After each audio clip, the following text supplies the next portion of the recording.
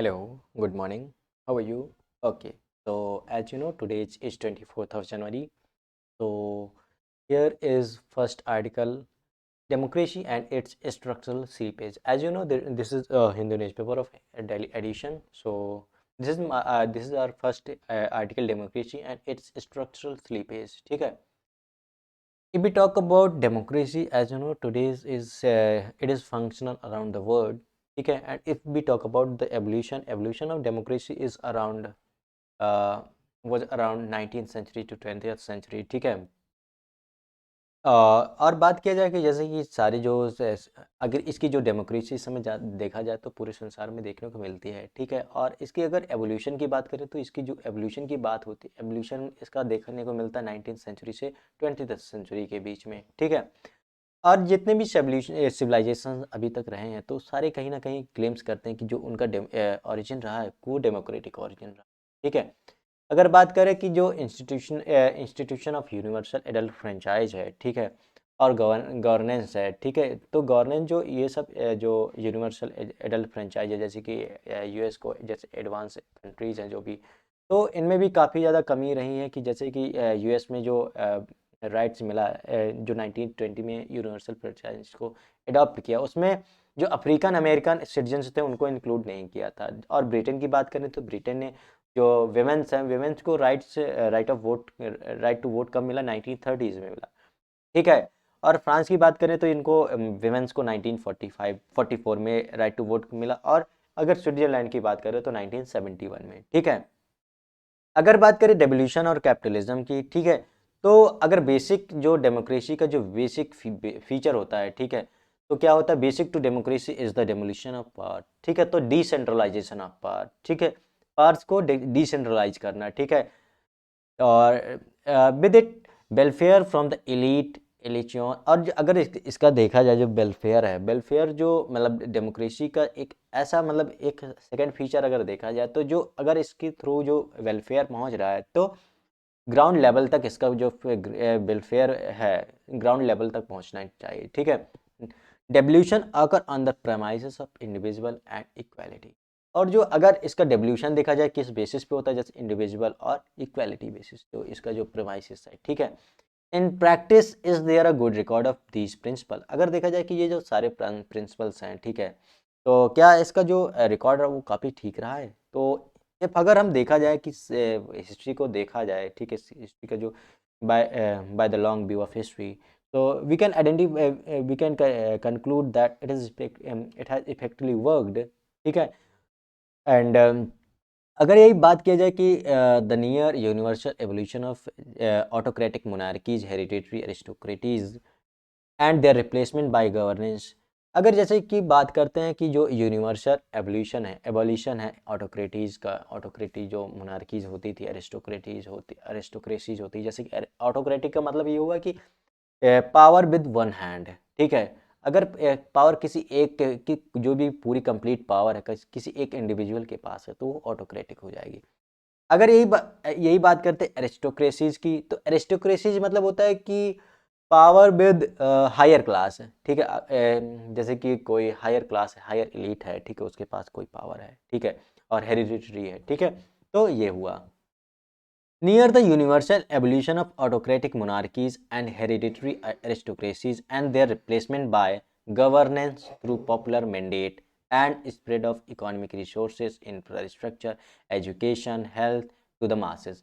और जो जैसे इसका इसका रिप्लेसमेंट देखा जाए, रिप्लेसमेंट के बाद क्या हुआ कि गवर्नेंस ने इसको रिप्लेस किया। ठीक है, तो कैसे किया कि जैसे कि लोगों को गवर्नेंस मतलब लोगों को जैसे गवर्नेंस हमको कैसे मिली कि लोगों तक जो इन्फॉर्मेशन है, ठीक है, उसको पहुंचाना, जो भी एजुकेशन है, हेल्थ है, रिसोर्सेज है, इंफ्रास्ट्रक्चर है। ठीक है, तो इन सारी चीज़ को हमें मासेस तक पहुंचाना, एक ये क्या दिखाता है कि लोग जब अवेयर हो जाएंगे तो जाहिर सी बात है वो गवर्नेंस के लिए सोचेंगे। ठीक है, अगर पहले देखा जाए तो काफ़ी सारी इसमें शॉर्टकमिंग्स रही हैं। ठीक है, जब इसको रिप्लेस किया गया गवर्नेंस से तो काफ़ी सारी शॉर्टकमिंग्स रही हैं। उसकी वजह से क्या देखा गया कि जो डेली डेली जो डिमांड इसकी एक्नॉलेजमेंट की जो डिमांड मतलब डे बाई डे ग्रो हो रही है। ठीक है, और कॉन्स्टेंटली हो रही है और लेजिटिमेटली हो रही है। मतलब ये राइट मतलब राइट वे में हो रही है, ठीक है। Yet there is an unbreakable link between the widespread of devolution and capitalism। अगर यही देखा जाए कि जो डेवोल्यूशन और कैपिटलिज्म के बीच में जो लिंक है वो काफ़ी ज़्यादा वाइड है, ठीक है। In capitalism's basic requirement to seek freedom for resources, ठीक है। अगर कैपिटलिज्म में देखा जाए इसका जो बेसिक रिक्वायरमेंट क्या होती है, जो फ्रीडम है रिसोर्सेज का, जैसे कि free to seek freedom for resources, जैसे रिसोर्सेज लैंड हो गया, लेबर हो गया, movement from autocratic restraint of medieval monarchies. तो जो अगर कैपिटलिज्म की बेसिक अगर रिक्वायरमेंट देखा जाए तो क्या है, एक रिसोर्सेज, तो ठीक है, freedom of resources such as land हो गया, लेबर हो गया, मूवमेंट फ्रॉम, और जैसे ऑटोक्रेटिक रिस्ट्रेंट्स होते हैं उनसे मूव कर जाना, ठीक है, उनको एबॉलिश करना। तो ये जो कैपिटलिज्म का ये बेसिक रिक्वायरमेंट्स होती, ठीक है। और जो नोशन जैसे कि जो इंडिविजुअल राइट्स का और इक्वालिटी का जो नोशन इवॉल्व हुआ था, उसने जाके प्री मार्केट जो नोशन ऑफ फ्री मार्केट के साथ क्या कर दिया, इसने कल्मिनेट कर दिया, ठीक है। वो चाहे फ्री इंक्लूडिंग जैसे मोबिलाइजेशन रहा, रिसोर्सेज का मोबिलाइजेशन रहा हो, ठीक है, चाहे और साथ में चाहे लेबर्स का रहा हो, तो ये सारी चीज़ को कल्मिनेट कर, ठीक है। तो इसकी वजह से क्या होता है कि it also implied a great deal of uniformity, जो यूनिफॉर्मिटी है मतलब सिमिलर, ठीक है, सिमिलरनेस, तो इसको ये क्या करता है कि लेड करता है इसकी वजह से, ठीक है, जो कि आफ्टर कल्मिनेशन, ठीक है। It is important to note that human history has been witness to several experience of equality, mostly in the religious form. और देखा जाए कि अगर लॉन्ग हिस्ट्री इसकी देखी जाए तो जो लोगों का एक्सपीरियंस रहा है तो इक्वालिटी के साथ काफ़ी ज़्यादा देखने को मिला। जैसे कि अगर देखा जाए नॉन थिस्टिक बुद्धिज़्म, ठीक है, जो बुद्धिज़्म था तो नॉन थिस्टिक था, ठीक है, मोनोथिस्टिक रिलीजन्स हो गए, जैसे क्रिश्चियनिटी हो गया, इस्लाम हो गया, सिखिज्म हो गया। यहाँ पे क्या होता है, एक ही गॉड को मानते हैं, जैसे बुद्धिज़्म में हो गया कि कोई वैसा नहीं था, उसमें कन्फ्यूजन था, ठीक है। नॉन थिस्टिक हो गया, ठीक है, जैसे मोनोथिस्टिक हो गया कि मोनोथिस्टिक वाले क्या होते हैं कि जैसे सिंगल गॉड को मतलब एक ही गॉड को मानते हैं, जैसे क्रिश्चियनिटी हो गया, इस्लाम हो गया, सिखिज्म हो गया, ठीक है। वर प्रोपोनेंट्स ऑफ सोशल इक्वालिटी, और ये पहले क्या होती, सोशल इक्वालिटी होती। सोशल इक्वालिटी मतलब कि जैसे कि सोशल इक्वालिटी पहले देखने को मिलती थी, ठीक है, जैसे पहले जो लोगों ने वो एक्सपीरियंस किया सोशल इक्वालिटी के लिए, ठीक है। और इक्वालिटी है demanded the subjugation of individual to the community. और जैसे कि देखा जाए कि पूरी बुद्धिज्म एक जैसे कम्युनिटी, इस्लामिक कम्युनिटी है, ठीक है। तो ये क्या, एक जो इंडिविजुअल होता था उसका जो सब्जुगेशन है, ठीक है, कम्युनिटी के लिए होता है, individual subjugation of individual to the community, ठीक है। मतलब जो कम्युनिटी का है, एक किसी एक का जो पूरा वो होगा, थॉट होगा, उसको क्या करेगा, इंडिविजुअल होगा वो फॉलो करेगा, ठीक है। Clearly humanities urge for equality has erupted over and over again in different part of the world at different. अगर जैसे देखा जाए जो ह्यूमैनिटीज अर्ज फॉर, जो भी ह्यूमैनिटीज हैं, ठीक है, ह्यूमैनिटीज अर्ज फॉर इक्वालिटी, और जो इक्वालिटी का जो मतलब जो डिमांड रही है, ठीक है, तो ये काफ़ी मतलब बार बार ये मतलब जो इक्वालिटी की डिमांड है वो मतलब जनरेट हो रही है, ठीक है, पूरे संसार में, और किसी एक टाइम में नहीं, डिफरेंट डिफरेंट टाइम्स पे, ठीक है, जो इक्वालिटी की डिमांड रही है। It was the same urge that had led to the most recent experiment. और ये सेम अर्ज थी जो जैसे कि हमें रशिया में क्या मार्क्सिज्म सोशलिज्म देखने को मिला, जहाँ की जो पॉपुलेशन थी लगभग 1/3 थी, ठीक है, पूरी ग्लोब की। तो ये क्या थी कि वहाँ पे भी हमें जैसे इसी का एक एक्सपीरियंस हमें मार्क्सिज्म और सोशलिज्म, ठीक है। However, it is equally important to note that no egalitarian ideology has ever been able to create an egalitarian society। egalitarian मतलब कि equal rights, ठीक है, every individual have equal rights, ठीक है, तो it can be called as egalitarian, ठीक है। तो यहाँ पे बताया गया कि जैसे कि कोई भी अगर या कोई भी जो इजालिटेरियन सोसाइटी रही हो, ठीक है, तो इजालिटेरियन सोसाइटी रही हो तो पूरी तरह से जो भी इजालिटेरियन जो भी आइडियोलॉजी रही हो तो पूरी तरह से सक्सेस नहीं रही है कि इजालिटेरियन सोसाइटी बनाने में, ठीक है। What is does it to reshuffle existing social hierarchies and create some spaces for the upward movement of lower rungs, ठीक है। तो यहाँ पे क्या ऐसा रीशफल करने की जो एग्जिस्टिंग सोशल हायरार्कीज हैं, ठीक है, तो रीशफल ऐसा क्या रीशफल करें, तो जैसे कि जो इनके बीच में जो लोअर रंग्स वाले लोग हैं तो उनका जो अपवर्ड मूवमेंट हो मतलब वो भी सेम लेवल पे आ सके। तो जो हमें क्या है कि what it does it to reshuffle, अगर हम जो मतलब दोबारा से ये सब करने के लिए हम क्या करें, ये बताया गया। It is current urge to seek establish uniformity through the same or similar institution and practices। ठीक है, अगर देखा जाए कि जो करंट अर्ज है, ठीक है, जो प्रयास कर रहे हैं तो जो यूनिफॉर्मिटी इस्टेब्लिश करने की, तो जो या तो सिमिलर जो सिमिलर इंस्टीट्यूशंस हैं या सिमिलर प्रैक्टिसेस हैं, ठीक है, तो उनको यूज करके मतलब उनको फॉलो करके जो इंस्टीट्यूशंस हैं उनकी जो गाइडलाइंस वो सारे फॉलो करके क्या कर रहे हैं कि इस समय यूनिफॉर्मिटी को इस्टेब्लिश करने की कोशिश कर रहे हैं। ठीक है, the uniformity takes the form of periodic multi party fair and free and fair election and guarantee of various kind of freedoms. ठीक है, स्पेशली ऑफ मार्केट। और यूनिफॉर्मिटी क्या होता है कि यूनिफॉर्मिटी है ये क्या, एक पीरियोडिक जैसे कि इलेक्शंस होते हैं, ठीक है। इलेक्शंस में क्या होता है कि काफ़ी दिन मतलब जैसे 5 ईयर्स में होता है यहाँ पे इलेक्शंस होता है, ठीक है। जैसे लोकसभा के इलेक्शंस तो क्या होता है कि इलेक्शंस के थ्रू लोगों के पास चॉइस आ जाती है, ठीक है, self correction of government policies and actions. अगर जो इलेक्शंस होता है वो क्या होता है कि एक वे मींस होता है जैसे कि हम किसी भी गवर्नमेंट को सेल्फ करेक्ट कर सकते हैं, ठीक है, उनकी जो पॉलिसीज़ हैं एक्शंस हैं, ठीक है, उनको हम करेक्टिफाई कर सकते हैं। ठीक है, तो the uniformity takes the form of periodic multi party free and fair.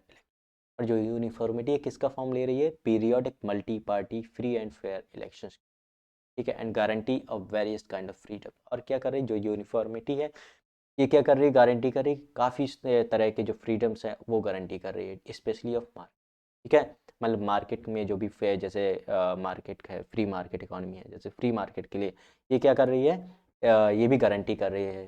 ठीक है, मतलब यूनिफॉर्मी मेनली क्या है, ये भी क्या कर रही है कि जैसे इलेक्शंस होते उसी का फॉर्म ले रही है। ठीक है, ये भी क्या कर रही है कि जो फ्रीडम्स हैं उसके लिए गारंटी कर रही है। ठीक है, स्पेशली अगर इन फ्रीडम्स में देखा जाए तो स्पेशली ऑफ मार्केट, जो मार्केट्स के फ्रीडम उनको। ठीक है, the election are means of self correction of government policies. अगर देखा जाए इलेक्शन क्या है, अगर गवर्नमेंट की जो पॉलिसीज हैं एक्शंस हैं उनको हम करेक्टिफाई कर सकते हैं, सेल्फ करेक्शन का एक मीन्स है। ठीक है, तो ये अगर जैसे देखते हैं कि द कंडक्ट ऑफ इलेक्शंस, अब इलेक्शंस कैसे क्या होते हैं, ठीक है, are election truly free and fair, क्या जो इलेक्शंस होते हैं क्या वो ट्रूली फ्री और फेयर होते हैं। ठीक है, to begin with election divide voter into a dubious majority.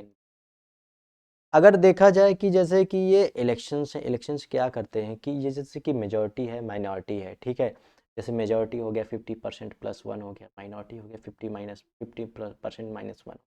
ठीक है, तो जो इलेक्शंस होते हैं वो क्या एक संदिग्ध जो मेजॉरिटी और माइनॉरिटी का वो होता है तो उसको डिवाइड कर देते हैं। पहली बात तो जो वोटर्स होते हैं मेजॉरिटी और माइनॉरिटी में डिवाइड कर दिया जाता है। ठीक है, तो मेजॉरिटी क्या होता है, मेजॉरिटी होता है 50% +1 होता है, और माइनॉरिटी में क्या कौन आ जाते हैं 50% -1। ठीक है, तो ये हो गया। अगर देखा जाए कि जैसे कि ये जो प्रिंसिपल है हमारा फर्स्ट ये प्रिंसिपल है, ठीक है, तो ये क्या करता है कि अगर हार्डली ये डिसिसिव होता है, ठीक है, जो डिसीजंस इसके थ्रू अगर हम ले रहे हैं, ठीक है, तो वो मतलब हार्डली अगर पूरी तरह से जो कंप्लीट जो फ्री एंड फेयर की अगर बात करें तो वो हार्डली डिसिसिव होता है, मतलब ये डिसिसिव नहीं होता है। इसके थ्रू अगर हम डिसीजन लें तो वो अगर इक्वालिटी के बेस पे लें कि जैसे कि 50 जैसे 50+1 50%+1 50% -1, तो उसकी वजह से कि अगर उस वे में हम देखें तो ये हार्डली डिसिसिव नहीं होता है, हार्डली डिसिसिव होता है। ठीक है, mandate even as this is treated empirically, और हम इसको यूज करते हैं और ऐसा बोलते हैं कि जैसे कि एम्पिरिकली प्रूव किया गया है। ठीक है, मतलब ये प्रूव किया गया, ऑलरेडी प्रूव्ड है, उसके बाद हम इसको यूज कर रहे हैं। ठीक है, ऐसा हम ट्रीट करते हैं। ठीक है, मतलब कहने का मतलब ये है कि जो इलेक्शंस हैं वोटर्स को माइनॉरिटी और मेजॉरिटी में डिवाइड कर देता है, और मेजॉरिटी का मतलब ये होता है कि 50%+1 होता है, और माइनॉरिटी का मतलब होता है 50% -1। ठीक है, तो ये हो गया मेजॉरिटी और माइनॉरिटी। ठीक है, उसके बाद अगर देखा जाए जो हमारा ये वे है, ठीक है, ये जो प्रिंसिपल है हमारा, तो ये अगर देखा जाए कि हार्डली डिसिसिव है, इसके थ्रू हम मतलब जो एक कंप्लीट और फ्री और फेयर वाला वो है तो उसकी वजह से इसके थ्रू हम ये डिसीजन नहीं ले सकते हैं। ठीक है, लेकिन इसको क्या किया जाता है कि ऐसा देखा जाता है कि ये एम्पिरिकली प्रूफ है। ठीक है, But the practice of election varies even this notion of majority. There is hardly a government here in the world at any time that governs through a majority of men. अगर ये जैसे कि 50% one है, 50% plus one है, तो अगर पूरे संसार में देखा जाए और अभी तक देखा जाए, ऐसी कोई गवर्नमेंट नहीं रही है कि उसको 50% वन से ज़्यादा या 50% जो इसमें प्रिंसिपल है 50% वन प्लस 50% प्लस वन को मेजोरिटी बोलते हैं, तो ऐसा कोई भी ऐसी गवर्नमेंट नहीं रही है कि जिसको इतना वोट है ऐसे, ठीक है। Usually 30% to 40% of the votes cast give a party a comfortable majority to rule legitimate. अगर देखा जाए कि जो 30 से 40% तक के वोट्स होते हैं, ठीक है, वो लेजिटिमेटली जो क्या होता है कि उसको कंफर्टेबली मेजोरिटी का जो एक वो है टैग है उसको प्रोवाइड कर दिया जाता है, जिससे वो क्या करती है, जो गवर्नमेंट होती है लेजिटिमेटली वो क्या कर सकती है, रूल कर सकती है, ठीक है। This is structured into multi party election through the first past post system. और क्या होता है कि जो ये जो वोट्स होते हैं, ठीक है, ये जो मल्टी पार्टी इलेक्शंस होते हैं, ठीक है, तो क्या होता है कि वोट्स पूरी तरह से डिवाइड हो जाते हैं। तो इसकी वजह से अगर देखा जाए तो अगर कोई एक पार्टी होगी तो मतलब ये काफ़ी ज़्यादा पोलराइजेशन देखने को हमें मिल जाएगा, ठीक है। This is structured into multi party elections through the first past post system principle, but even in a system such as United States Donald Trump को डिफीट। और देखो जैसे 2016 की बात किया जाए कि डोनाल्ड ट्रम्प को इसमें अगर इसकी बात करें, जो this is structured into multi party elections through the at first past post principle, but even in system such as, अगर इसी सिस्टम की बात करें तो जैसे कि 2016 में क्या हुआ, जो हिलेरी क्लिंटन को क्या हुआ था कि 2.5 मिलियन जो वोट्स थे वो ज़्यादा मिले, जो पॉपुलर वोट्स थे वो ज़्यादा मिले थे डोनाल्ड ट्रम्प की वजह, डोनाल्ड ट्रम्प से, लेकिन डोनाल्ड ट्रम्प क्या बन गए थे, प्रेसिडेंट बन गए थे, ठीक है। एक ये भी केस है। In practice again contrary to the theory even as the voter is all alone in the poll. अगर देखा जाए कि जैसे कि पोलिंग बूथ में क्या होता है कि वोटर तो जाहिर सी बात अकेले ही होता है, ठीक है, उसमें कोई रिस्ट्रिक्शंस होते ही नहीं है, ठीक है, लेकिन फिर भी वो जो क्या होता है कि काफ़ी सारी जो कंडीशंस होती हैं उससे बंधा होता है। जैसे कि या तो डिमांड्स हो गई, जैसे कि फैमिली की डिमांड हो गई, कम्युनिटी की डिमांड हो गई, रिलीजन की डिमांड हो गई, कल्चर की हो गई। अगर इनके सबसे ऊपर देखा जाए तो पॉलिटिकल पार्टी की जो पॉलिटिकल अल्टरनेटिव है उसकी एक डिमांड हो गई, ठीक है, तो वो भी तो बोलता है कि भाई मुझे वोट से देना, ठीक है। तो यहाँ पे क्या होता है कि लॉस ऑफ इंडिविजुअलिटी यहाँ पे शो होती है, यहाँ पे, ठीक है, जो इम्प्लीकेशन लॉस ऑफ इंडिविजुअलिटी का वो देखने को मिलता है। The individual does not create the choice which are given by the party. और यहाँ पे क्या होता है कि जो इंडिविजुअल होता है वो क्या करता है कि अपनी खुद की चॉइस नहीं बना पाता, क्योंकि वो कई बार ऐसा होता है कि जो प्रोपेगेंडाज होते हैं, ठीक है, फॉल प्रोमिस होती हैं, उसमें वो पड़ जाता है और वोट दे देता है, ठीक है। The individual has freedom to choose one or another of these, ठीक है। तो क्या होता है कि वो फिर जब फॉल्स प्रोपेगेंडाज और फॉल्स प्रोमिस में वो पड़ जाता है तो उसके बाद क्या होता है कि वो जो फ्रीडम है उसका जो चूज करने का कि किस पार्टी को वो वोट दे, तो ये चीज़ों को वो भूल जाता है, ठीक है। The complete equation of democracy with electoral politics draws one's attention away from any alternative form of governance. There is no space for diversity.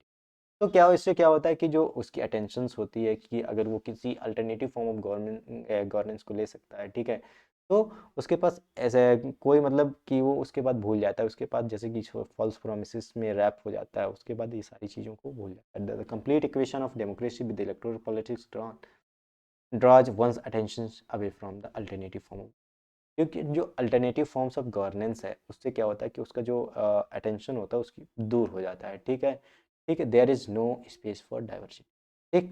तो नेक्स्ट है री इन्फोर्समेंट ऑफ आइडेंटिटीज।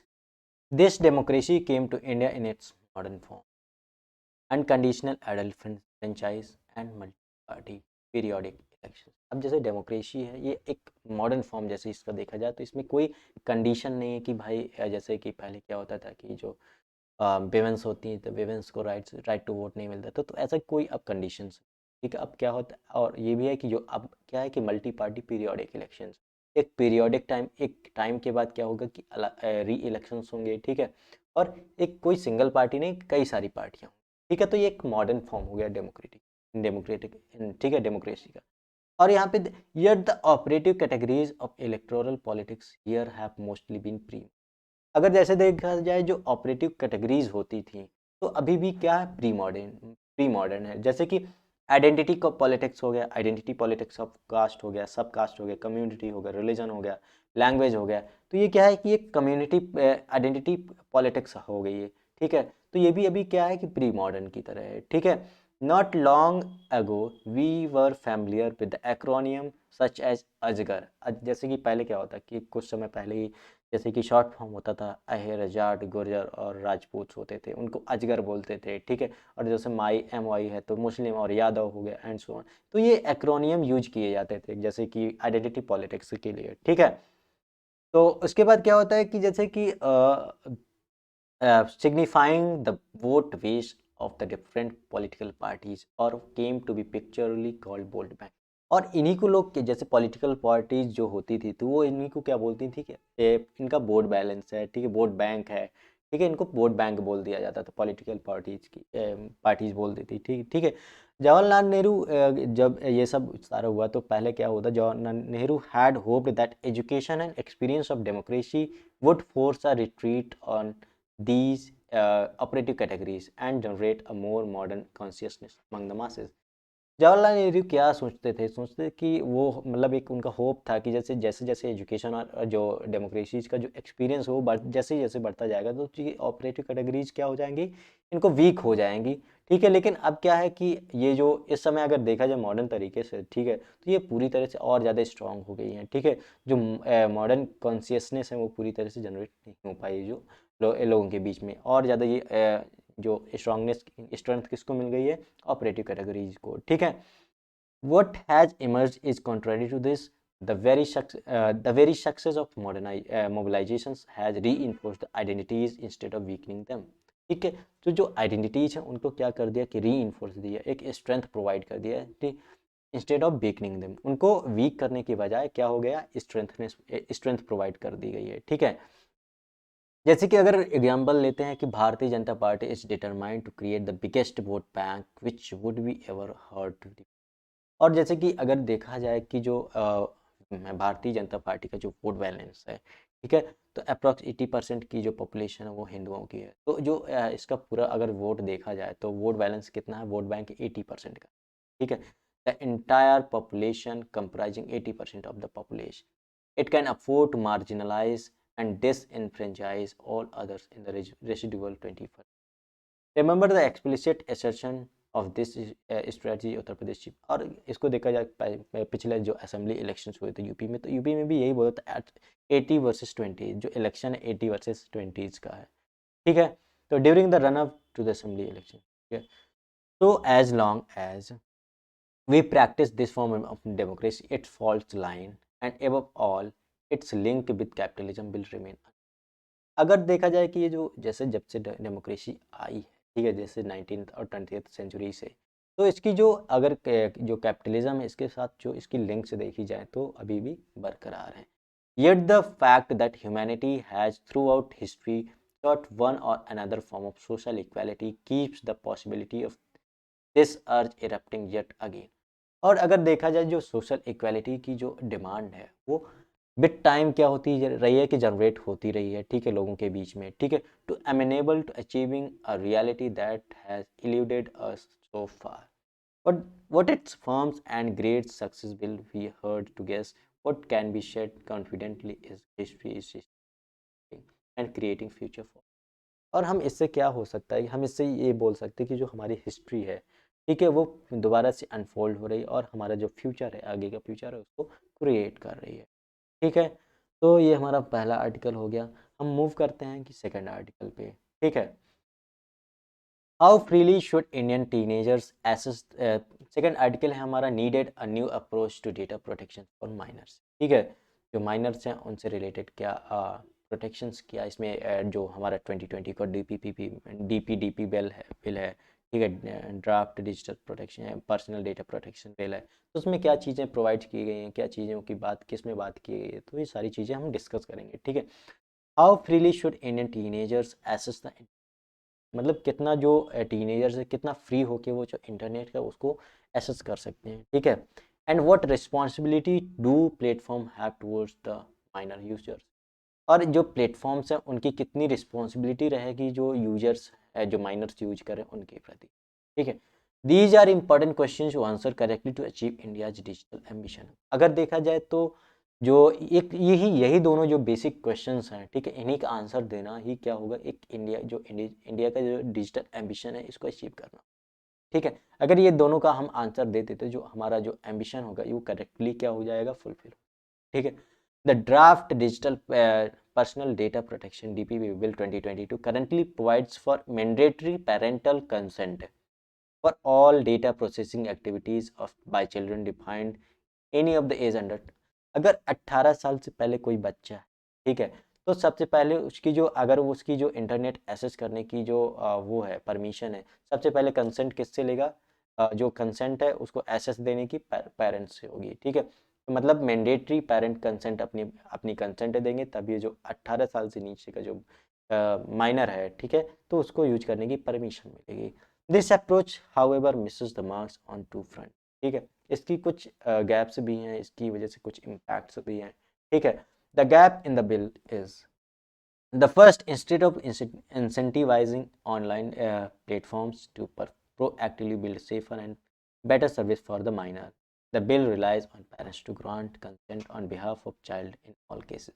अगर देखा जाए कि जैसे कि अगर हम जो इनको जो ऑनलाइन प्लेटफॉर्म है उनको प्रोएक्टिवली हम अगर इंसेंटिवाइज नहीं करते हैं कि जो जैसे कि वो जो प्लेटफॉर्म है वो सेफ बनाए, बेटर सर्विस बनाए माइनर्स के लिए, ठीक है, तो हम उनमें ना जा कर के हम किस पे रिलाइज हो रहे हैं कि जो पेरेंट्स है पेरेंट्स ग्रांट करेंगे जो कंसेंट है चिल्ड्रंस के बिहाफ पे, ठीक है।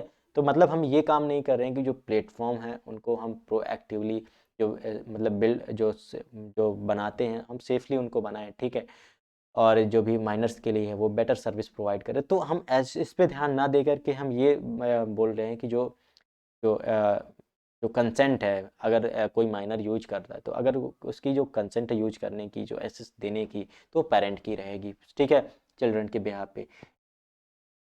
Needed a new approach to data protection, ठीक है। तो इसमें क्या इस आर्टिकल में बताया गया है कि जो एक जो नया अप्रोच है माइनर को जो प्रोटेक्शन का इंटरनेट से जो माइनर जो प्रोहिबिटेबल कंटेंट है फॉर माइनर्स बचाने की, ठीक है।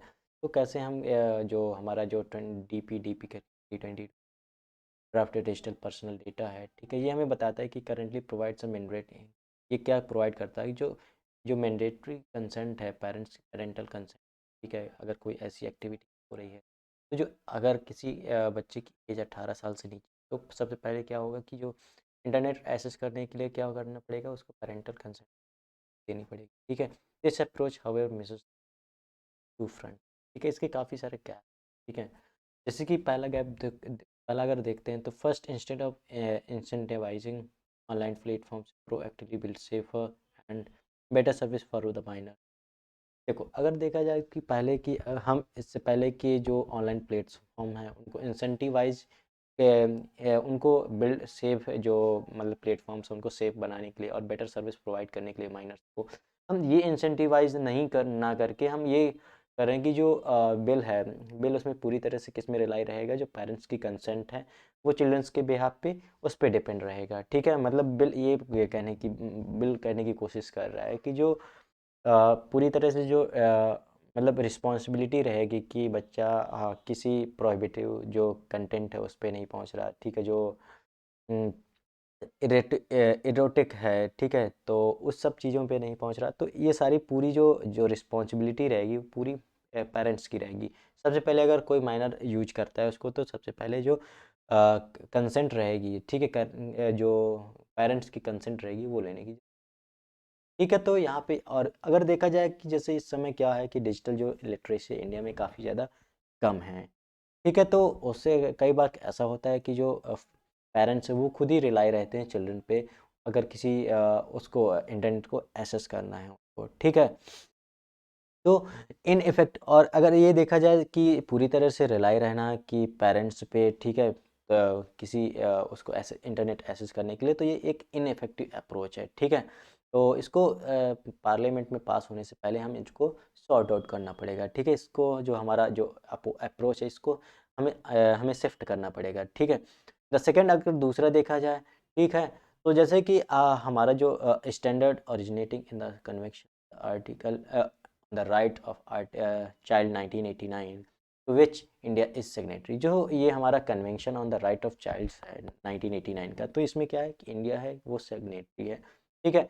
India has upheld the India has upheld this standard in laws such as Commission for Protection of Child Right Act 2005, Right of Children to Free and Compulsory Education Act 2009, the Protection of Children from Sexual Offences Act 2009. However, it has not been applied to the issue of data protection. अगर देखा जाए ये सारे जो हमारे acts हैं, इनको जो हमारा इशू है डेटा प्रोटेक्शन से लेकर के, हम इसको इन सारे एक्ट्स को उसमें अप्लाई नहीं कर सकते हैं, ठीक है, ना ही इनको अप्लाई किया गया है, ठीक है।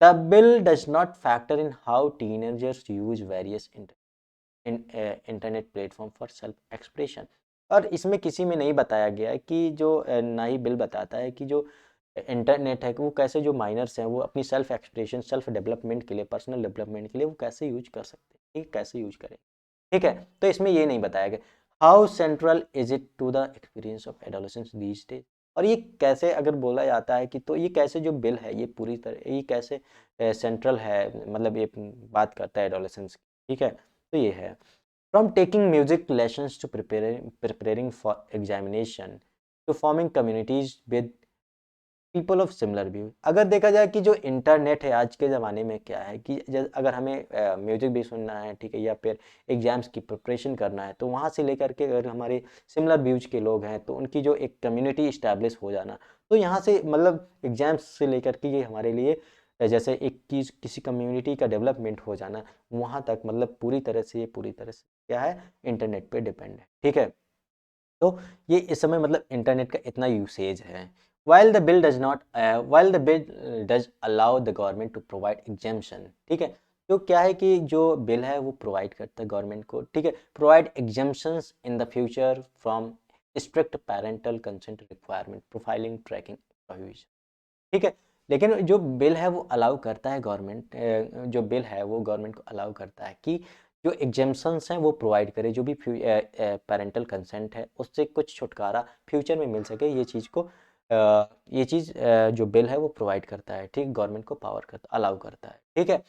This white listing process does not acknowledge the blurring lines between the what platform can be used for. तो ये सारी जो क्या हो कि ये जो हमारा प्रोसेस है वाइट लिस्टिंग प्रोसेस है, ये करता क्या कर रहा है कि जो हमारा एक्नॉलेज है, ठीक है, ये जो ब्लरिंग लाइंस हैं मतलब कि ये जो प्लेटफॉर्म है किस लिए यूज हो सकता है, ठीक है, तो ये सारी चीज़ की वजह से ये अंडरस्टैंडेबल नहीं है, ठीक, अंडरस्टैंड लोग इसको नहीं समझ रहे हैं, ठीक है। This white listing process does not understand the blurring lines between the platform can be use for example. अगर देखा जाए कि जैसे इंस्टाग्राम है, ठीक है, तो इंस्टाग्राम क्या बोलता है कि सोशल मीडिया प्लेटफॉर्म है, लेकिन इससे भी लोग क्या कर रहे हैं कि जो एजुकेशन पर्पज़ के लिए प्रोफेशनल जो डेवलपमेंट के लिए क्या है कि बहुत सारे जो मिलियंस ऑफ आर्टिस्ट हैं पूरे संसार में इसको यूज कर रहे हैं, ठीक है। तो मतलब ये हमारा जो प्लेटफॉर्म है, ठीक है, ये अंडरस्टैंड करना कि हमारा प्लेटफॉर्म किस लिए सोशल मीडिया के लिए है या फिर कोई एजुकेशनल प्लेटफॉर्म है, तो ये सारी चीज़ें को जो है हमें एक्नॉलेज करना पड़ेगा, ये काफ़ी ज़्यादा मतलब डिफ़िकल्ट है, ठीक है।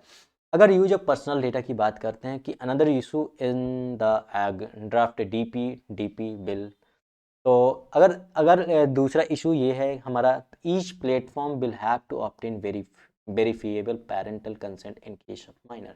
अगर कोई माइनर है वो अगर कोई एक्सेस कर रहा है इंटरनेट को, तो सबसे पहले उसको क्या करना पड़ेगा कि वेरीफिएबल पेरेंटल कंसेंट होगा, ठीक है, जो अगर क्या पेरेंटल का कंसेंट है, ठीक है, उसको वेरीफाई करेगा कोई भी प्लेटफॉर्म सबसे पहले करेगा, ठीक है। This provision if enforce strictly can change the future of internet nature of internet. अगर ये ऑब्वियस अगर ये पूरी तरह से स्ट्रिक्टली फॉलोड हो जाता है तो ऑफकोर्स क्या हो जाएगा, जो इंटरनेट यूज करने का जो नेचर है वो बदल जाएगा। ये चारा चीज़ तो हम जानते हैं, since it is not possible, ये पॉसिबल नहीं है, ठीक है, to tell if the user is a minor, since it is not possible, since if the user is a minor without confirming their age, platform will have to verify age of every user। तो क्या होगा कि अगर जैसे कि कोई user है, ठीक है, उसने अपनी एज को कंफर्म नहीं किया, तो ठीक है। तो जो प्लेटफॉर्म है उसको क्या करना पड़ेगा, जो उसकी यूजर की जो एज है उसको वेरीफाई करना होगा, ठीक है। हालांकि गवर्नमेंट ने ये नहीं प्रिस्क्राइब किया है कि whether verifiability will be based on ID proof, facial recognition और रेफरेंस बेस्ड वेरिफिकेशन। तो मतलब गवर्नमेंट ने अभी तक ये नहीं बताया कि क्या कैसे, मतलब आईडी प्रूफ के थ्रू क्या जो वेरिफिएबिलिटी है वो आईडी प्रूफ के थ्रू होगी या फेशियल रेगुलेशन रिकॉग्निशन के थ्रू होगी। तो ये गवर्नमेंट ने अभी तक नहीं बताया है, ठीक है। तो क्या मेथड यूज होगा वेरिफिकेशन के लिए, ठीक है। Whatever form verifiability takes, all platform will have to now manage significantly more personal। तो अगर किसी भी मेथड में हो गया जो वेरिफिकेशन होगा, तो जाहिर सी बात है कि इस समय जैसे लोग क्या है कि जो रिस्क है, जो लोग डेटा थेफ्ट है, इस समय डेटा थेफ्ट बढ़ता जा रहा है। तो लोग जो पहले क्या होता है, अभी तक क्या होता है कि जो डेटा होता है तो कम से कम मतलब यूज होता है। जो अब क्या होगा, ये बिल ही खुद ही प्रोवाइड कर रहा है कि भाई जो वेरिफिकेशन होगा जैसे अगर सपोज आईडी प्रूफ के माध्यम से हो जाता है, फेशियल रिकॉग्निशन के माध्यम से हो जाएगा, तो ये क्या हो गया कि डेटा तो और ज़्यादा मतलब जो कि एक मतलब पूरी तरह से लीक हो रहा है। एक तरह से देखा जाए तो मतलब जब इंटरनेट में प्रोवाइड किया जाएगा, कोई चीज़ इंटरनेट में पहुंच जाती तो समझ लो कि वो पूरी तरह से मतलब अब अब उसको हम छिपा नहीं सकते, एक तरह से यही देख लो, ठीक है। Whatever form verifiability takes, all platform will have to manage significantly more personal data than before. जब पहले क्या होता था कि जो डेटा था वो मतलब थोड़ा कम होता था, लेकिन अब क्या हो जाएगा कि जो अगर जैसे कि वेरिफिकेशन होने लगेगा, ठीक है, जैसे कि ये इस डेटा में बताया गया, तो फिर जो डेटा उस डेटा की ज़्यादा ज़रूरत पड़ जाएगी, ठीक है। And citizen will be at greater risk, और पहले की अपेक्षा में जो सिटीजन्स होंगे ज़्यादा रिस्क पे पहुंच जाएंगे, जैसे कि डेटा ब्रीचेस होते रहते हैं, आइडेंटिटी थेफ्ट होती रहती है। तो ये एक बड़ा रिस्क हो जाएगा उसके लिए, ठीक है। और जैसा कि हम हमेशा से क्या करते हैं कि जो ग्रेटर रिस्क है, जो रिस्क ऑफ हार्म्स है, ठीक है, जैसे डेटा ब्रीचेस, आइडेंटिटी थेफ्ट, इसको हम रिजॉल्व करने की बात करते हैं। लेकिन इस समय क्या होगा कि ये किसकी बात करता है, जैसे इस बिल में, तो इसमें एक बढ़ावा मिल रहा है, ठीक है। Thus we need to shift our approach with respect to children's data before the bill is brought to the.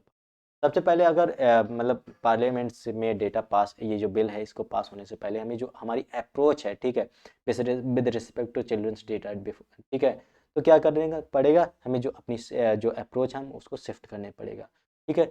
To avoid the folly of treating unequals equally, blocking of access to the internet for teenagers is, ठीक है। तो हमें जो अगर हम जैसे कि क्या करना पड़ेगा कि जो हमें अवॉइड करना है, जैसे कि कोई अनइक्वल्स उनको इक्वली ट्रीट करना, ठीक है। और जैसे कि जो इंटरनेट एक्सेस है उसको ब्लॉकिंग करना, तो ये क्या एक इम्पॉर्टेंट स्टेप्स की ज़रूरत हो, ठीक है। The first we should move to the blanket ban और ट्रैकिंग मॉनिटरिंग, जैसे adopt a risk based approach to the platform. और जैसे कि हमें अप्रोच क्या होगा कि जो अप्रोच है प्लेटफॉर्म ऑब्लिगेशन, हमें रिस्क बेस्ड अप्रोच को हमें क्या करना चाहिए कि अप्रोच को अडॉप्ट करना चाहिए, ठीक है। Two and adopt risk based approach to platform obligation, platform should be mandated to undertake a risk assessment of minor.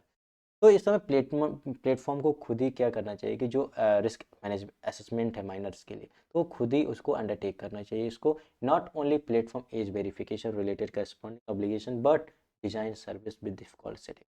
और जैसे कि इसका सिर्फ एज वेरिफिकेशन ही नहीं, इसके साथ साथ जो डिफ़ॉल्ट सेटिंग्स हैं उनको भी डिज़ाइन करना चाहिए, ठीक है। And feature that protect children's from harm, और ऐसा भी इनको प्रोविजंस डालना चाहिए ताकि मतलब सेटिंग देना चाहिए कि जिससे जो चिल्ड्रन है उसको हार्म से बचाया जा सके।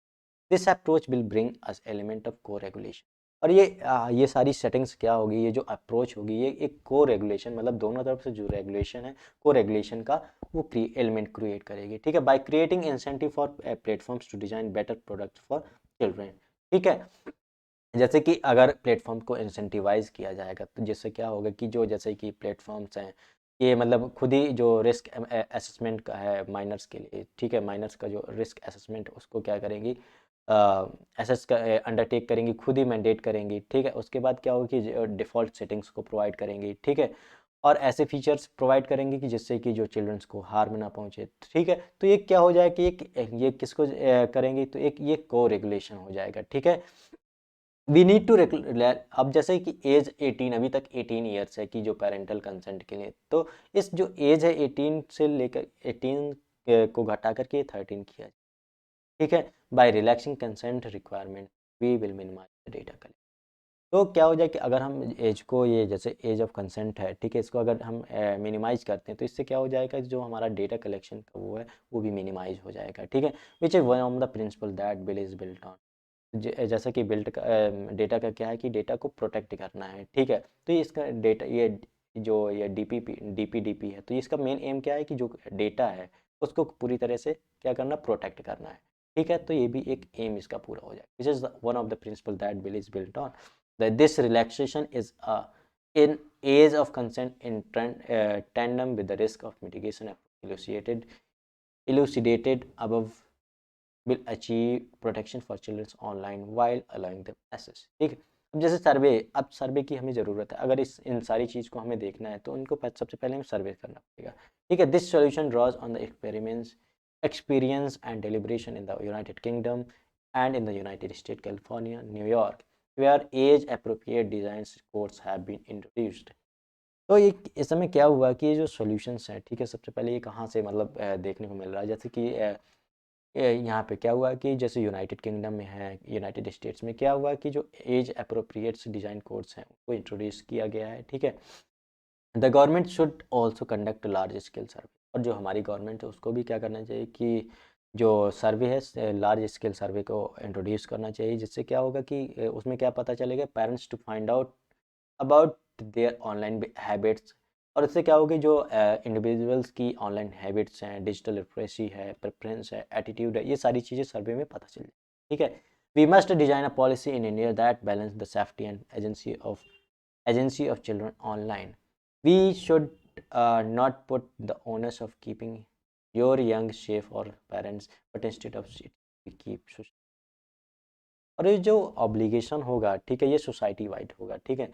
और हमें ऐसी जो पॉलिसीज उनको डिज़ाइन करनी चाहिए जिससे कि जो बैलेंस है, ठीक है, that the balance the safety and agency of the children online. और जो क्या करेंगे, जो एजेंसी है, जो चिल्ड्रंस एजेंसी है और सेफ्टी को दोनों को बैलेंस करेगी, हमें ऐसी पॉलिसीज को डिज़ाइन करना है, ठीक है। We should not put the onus of keeping our own save on only by the parents, और हमें ऐसा कोई वो नहीं बनाना चाहिए कि जैसे कि ओनली पेरेंट्स की कंसेंट की वजह से हम इनको मतलब कंसेंट, सबसे पहले हमें पेरेंटल कंसेंट ज़रूरत पड़े कि भी हार्म को रोकने के लिए माइनर से रिलेटेड, तो ये हमें ये नहीं क्रिएट करना चाहिए, ठीक है। We have to get this part of data protection right as the India state can be real. तो ये हमारा सेकंड आर्टिकल हो गया, हम मूव करते हैं थर्ड आर्टिकल पे, ठीक है। फॉर इंडियन स्टार्टअप्स द पेश of the funding ladder quickens, ठीक है। तो यहाँ पे क्या हुआ कि जो स्टार्टअप्स हैं, स्टार्टअप्स से रिलेटेड यहाँ पे काफ़ी ज़्यादा मतलब चर्चा की गई है, ठीक है। The recent article titled what drives startup fund raising in India was published as a part of January 2022 2023 issue of Reserve Bank of India's monthly bulletin. It shows that more startups have been becoming unicorn in recent years. और ये unicorn क्या है, unicorn ये है कि एक company है, ठीक है। जब कंपनी की वर्थ क्या हो जाती है, $1 बिलियन से ज़्यादा या 1 बिलियन हो जाती है, उसके बाद उसको यूनिकॉर्न बोलने लगते हैं, ठीक है। तो इसमें जो स्टार्टअप्स के बारे में बताया गया, the article also point out that the number of months taken by startups in India to climb up the funding ladder has drastically declined. मतलब इसमें ये बताया गया है कि जैसे कि कोई स्टार्टअप है, ठीक है, उसको फंड्स कब से मिलने लगते हैं, तो जो फंड्स मिलने की जो स्टेज ड्यूरेशन है, मतलब कितने महीने बाद फंड्स मिलेगा, तो वो धीरे धीरे डिक्लाइन हो गई है, ठीक है। इसमें ये बताने की कोशिश की, अगर हम जनवरी 12 तक बात करें तो 87,988 startups in India recognised by DPIIT। तो जनवरी 12 तक अगर देखा जाए तो जो DPIIT है, department for promotion and industry and internal trade है, तो इसने क्या किया कि आइडेंटिफाई कितने स्टार्टअप्स को आइडेंटिफाई किया है, रिकॉग्नाइज किया 87,988 को, ठीक है। This makes the words this makes the country the third largest startup ecosystem in India. और ये क्या है कि जो सॉरी वर्ल्ड, तो ये क्या है कि जो अगर जो स्टार्टअप का इकोसिस्टम देखा जाए तो पूरे वर्ल्ड में तीसरे नंबर में, ठीक है, जो स्टार्टअप इकोसिस्टम का इंडिया में, ठीक है। Only those entities which works towards the innovation or which have scalable business model are recognized in the India as a startup up to 10 years from the time of their incorporation and which had turnover that did not exceed 100 crore। अब जैसे DPIIT के according क्या है, startups have created 7.6 lakh job. और जो DPIIT बोलता है कि जो 2022 जून अगर 30 तक की बात करें तो 7.6 लाख जॉब्स को क्रिएशन मिली है, मतलब इतने जॉब्स क्रिएट हुई हैं इन स्टार्टअप्स की वजह से, ठीक है। Also these average age of startups founders India was reported to be 32। अगर एवरेज देखा जाए इन फाउंडर्स की 2019 तक तो 32 रही है। And 14% of the startups had at least one female founder age of 22। अगर 2022 तक की बात करें कि 14% ऑफ ऐसे स्टार्टअप्स हैं जिनमें कि कोई फीमेल फाउंडर है, ठीक है। अगर in the post pandemic period startups have been on a fast lane in India. और इस जो पोस्ट पैंडेमिक के बाद जैसे कि 2021 में बात किया जाए, जो इसका जो रेट हुआ काफ़ी ज़्यादा इंक्रीमेंट हुआ जो स्टार्टअप्स का ओपन होने का, ठीक है। The average time taken for a startup to become a unicorn dropped to 7.8 years. अब जैसे क्या होता है कि कोई स्टार्टअप है उसको यूनिकॉर्न बनने के लिए पहले क्या, अगर 2020 में देखा जाए तो उसको कितना टाइम लगता था, 9.9 लगता था, 9.9 ईयर लगता था। अगर यही अब देखा जाए तो 2020 में अगर बात किया जाए तो ये 7.8 ईयर लगा। मतलब बहुत जल्दी इसकी जो ग्रोथ है इसमें तय कर रहा है, जो ग्रोथ है काफ़ी ज़्यादा है, ठीक है। Chart 1 shows the number of unicorn created in India each year. The number of unicorn has surged in post-pandemic period with the total count increasing to 107 September 22। अब जैसे पहले वाले उसमें क्या बताया कि यूनिकॉर्न अब कितने, मतलब साल में कितने यूनिकॉर्न क्रिएट हो सकते हैं, मतलब ठीक है, इसमें ये बताया जैसे कि पहले मतलब धीरे धीरे इंक्रीमेंट हो रहा है, लेकिन ये जो 2021 में वो काफ़ी ज़्यादा इंक्रीमेंट देखने को मिला है, ठीक है। अगर सितंबर 2022 की बात किया जाए, ठीक है, तो जो स्टार्टअप्स हैं 107 भी पहुंच गए, ठीक है। The most unicorn in India were fintech platforms. अब जैसे मोस्ट यूनिकॉर्न ने देखा जाए इंडिया में फिनटेक प्लेटफॉर्म्स हो गए, सॉफ्टवेयर सर्विस हो गए, जो सर्विस कंपनीज हो गई, ई कॉमर्स हो गया, ठीक है। अगर और भी देखा जाए कि जो पहले कभी नहीं होती थी तो इस समय देखा जाए जैसे क्लाउड किचन हो गया, गेमिंग हो गया, डेटा मैनेजमेंट हो गया, एनालिटिक्स हो गया, कंटेंट हो गया, ये सारी चीज़ें अब ट्रेंड में आ रही हैं, ठीक है।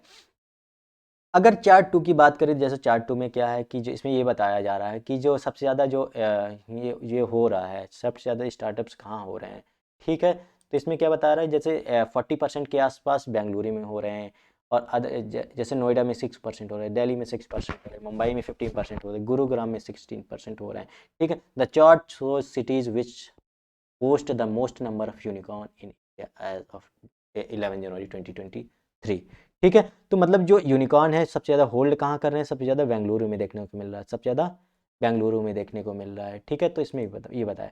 अब चार्ट थर्ड में जैसे बता था, चार्ट थर्ड शोज द जैसे the medium number of months required to raise the funding stage has reduced for startup found in recent year. और इस समय क्या हो रहा है कि जो जैसे फंडिंग क्या होती है, जैसे पहले कि आपने वो किया, मतलब कोई स्टार्टअप्स लगाया, उसके बाद क्या हो कि जैसे जैसे उसका ग्रोथ अगर देखने को मिलेगी तो लोग फंड करने लगते हैं, तो जो फंड करने की जो स्टेज होती है वो धीरे धीरे क्या होती जा रही है, रिड्यूस होती जा रही है, ठीक है। तो इसमें ये बताया है, ठीक है। तो जैसे chart 2 close to 40% startups in India as of January 11 this year one in Bengaluru. Bengaluru में जैसे बेंगलुरु में लगभग 40% देखा जाए, और यही गुरुग्राम में 16% देखा जाए, और मुंबई में 15% देखा गया, ठीक है। अगर यूजुअली क्या होता है कि the startups goes through many rounds of funding from funds, ठीक है, high net worth individual and other business in successive pitch और राउंड। देखो, seeds, series 1, series A, series B, series C and so on. Initially the seed money comes from the founder और family और friends, ठीक है, तो उसको क्या बोलते हैं, एंजल इन्वेस्टर बोलते हैं। सबसे पहले अगर कोई सेटअप होता है जैसे, तो क्या होता है कि जो पैसा कलेक्शन कैसे होता है, जैसे कि या तो फ्रेंड्स साथ में होंगे, मनी जो फैमिली होगी, ठीक है, या फाउंडर की खुद की जो मनी होगी, तो वो होते, तो इनको क्या बोलते हैं कि जो एंजल इन्वेस्टर बोलते हैं। जो स्टार्टिंग में सबसे पहले जो होते हैं उनको एंजल इन्वेस्टर बोलते हैं, ठीक है। अर्ली राउंड में अर्ली राउंड में be use to establish a foothold in market, ठीक है। सबसे पहले जो स्टार्टिंग में क्या होता है कि ये एक क्या करता है कि जैसे कोई मार्केट है, मार्केट में सबसे पहले उसको क्या बिल्डअप होना, ठीक है। वाइल लेटर राउंड्स में बी यूज फॉर एक्सपेंशन। अब क्या होता है कि पहले स्टार्टिंग में तो सेटअप किया, उसके बाद क्या होगी, जो लेटर राउंड के जो होगा, तो जैसे फंड होगा, उसके बाद एक्सपेंशन के लिए होगा, ठीक है। Later when the startups get acquired or become a listed company or merge with another, it's no need funding, ठीक है। तो अगर जैसे कि ये क्या होगा कि स्टार्टिंग में क्या होगा कि पहले सेटअप हुआ, उसके बाद क्या फोकस पे फोकस करेगी, एक्सपेंशन पे फोकस फोकस करेगी। फिर क्या होगा कि जो सेटअप है, उसके बाद क्या होगा कि किसी कंपनी के साथ क्या हो जाएगी, मर्ज हो जाएगी, ठीक है। कोई भी कंपनी है, कोई भी फर्म है, उसके साथ मर्ज हो जाएगी। तो उसके बाद क्या हो जाएगी, जो स्टार्टअप होगा उसकी कोई फंडिंग की जरूरत नहीं पड़ेगी, ठीक है।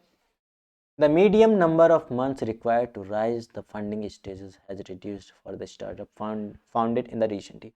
और जैसे कि यही जो फंडिंग की जो स्टेज है वो काफ़ी ज़्यादा इंक्रीज हो गई है। जैसे कि पहले क्या हुआ था कि जो सीड टू, जैसे 2014 में अगर कोई वो हुआ है, तो पहले क्या होता है, अगर कोई स्टार्टअप है तो पहले जो सीड ए मतलब जीरो से लेके सीरीज ए तक पहुंचने में इसको लगभग 50 मंथ लगते थे, ठीक है। यही जैसे सीरीज फिर सीरीज ए से लेकर के सीरीज बी तक 36 मंथ लगते थे, फिर बी से सी में 36 मंथ लगते थे, ये इधर लिखा हुआ है, ठीक है। यही अगर जैसे कि इस समय जो 2021 के जो स्टार्टअप्स हैं उनको सीड मतलब जीरो लेवल से ए तक पहुंचने में उनको 28 मंथ्स लग रहे हैं, मतलब बहुत कम, मतलब जो रेट ऑफ राइज है वो काफ़ी ज़्यादा ज़्यादा ज़्यादा है। और सीरीज ए से सीरीज बी तक पे 12 मंथ सिर्फ लग रहे हैं, सीरीज सी से सी डी 11 मंथ लग रहे हैं। तो ये जो मतलब इसमें एक्चुअल में ये दिखाया गया है कि ये जो ग्रोथ है, ठीक है, मतलब कितनी जल्दी जो ग्रोथ हो रही है स्टार्टअप्स की, वो चीज़ दिखाया गया है, ठीक है। तो ये सारी चीज़ें इसमें बात कही गई। और फोर्थ में क्या बोला गया है कि Indian tech startups raised $17.4 billion over the 2531 इन 2021। अगर देखा जाए जो इंडियन स्टार्टअप्स हैं उन्होंने क्या किया, जो इनकी जो इनकम है उसने $17.4 बिलियंस को किया गया। जैसे मतलब इतने राउंड्स में 2531 राउंड्स में जो इसका जो कलेक्शन रहा है $17.4 बिलियन रहा, ठीक है। ये 2019 की बात कर रहे हैं। अगर 2020 में क्या हुआ कि वो मार्जिनली मतलब लार्जली ये कम हो गया था क्योंकि कोविड फेज था। उसके बाद क्या हुआ कि जैसे 2021 में हुआ तो इसका जो इंक्रीमेंट काफ़ी ज़्यादा देखने को मिला, पोस्ट पैंडमिक एरा हो गई थी। तो इसमें इंक्रीमेंट लगभग जैसे $14.5 बिलियन देखने 4 बिलियन देखने को मिला ओवर 2900 राउंड्स में, ठीक है। The share of late stage startup series C and beyond in the total funding and in the number of funding rounds increase compare to the past few year as shown in, ठीक है। तो ये सारी चीज़ें हमारी वो हो गई, ठीक है। तो आज के हमारे ये तीनों आर्टिकल्स हो गए, ठीक है। तो हम मिलते हैं कल, तब तक के लिए बाय बाय, टेक केयर, ठीक है।